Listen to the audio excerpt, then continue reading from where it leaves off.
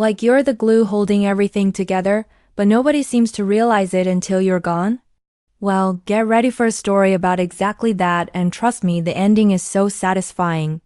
This is the story of Sarah, a dedicated nurse in a high-pressure hospital unit.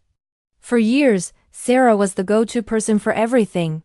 Sarah's already rated twice and can explain it perfectly. She wasn't just a nurse. She was the unit's unofficial mentor, problem solver, and walking encyclopedia.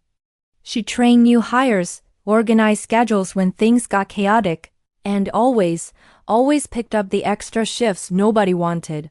Her colleagues liked her, but over time, they started to take her for granted. Her incredible competence became just expected. The trouble began with a new unit manager. Let's call her Brenda. Brenda had a very corporate, by-the-book approach. She saw Sarah's influence not as a strength, but as a threat to her own authority.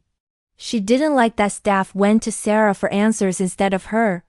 So Brenda started to make Sarah's life difficult. She'd nitpick her charting over tiny insignificant details. She'd publicly question Sarah's clinical judgment in front of junior nurses.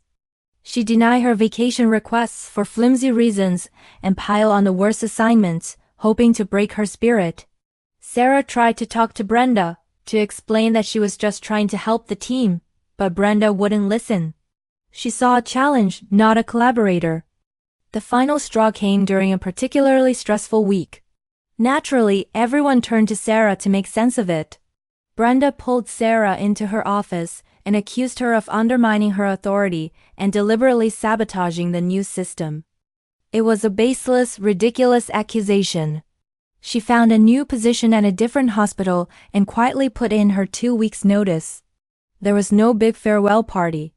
Brenda, meanwhile, seemed smugly satisfied, as if she'd finally won. For the first week after Sarah left, things seemed fine. They were giant, gaping holes.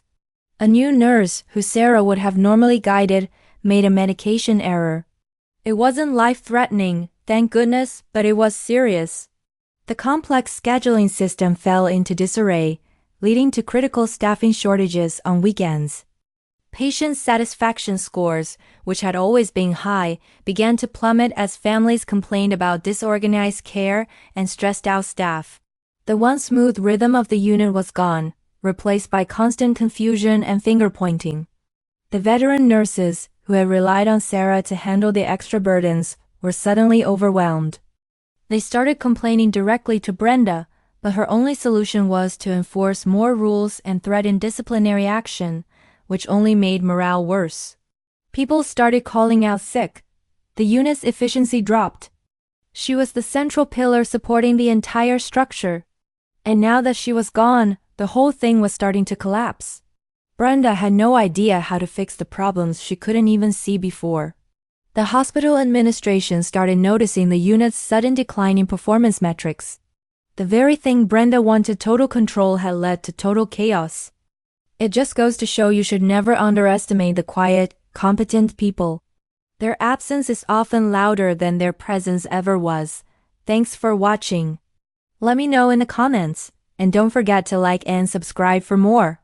See you next time.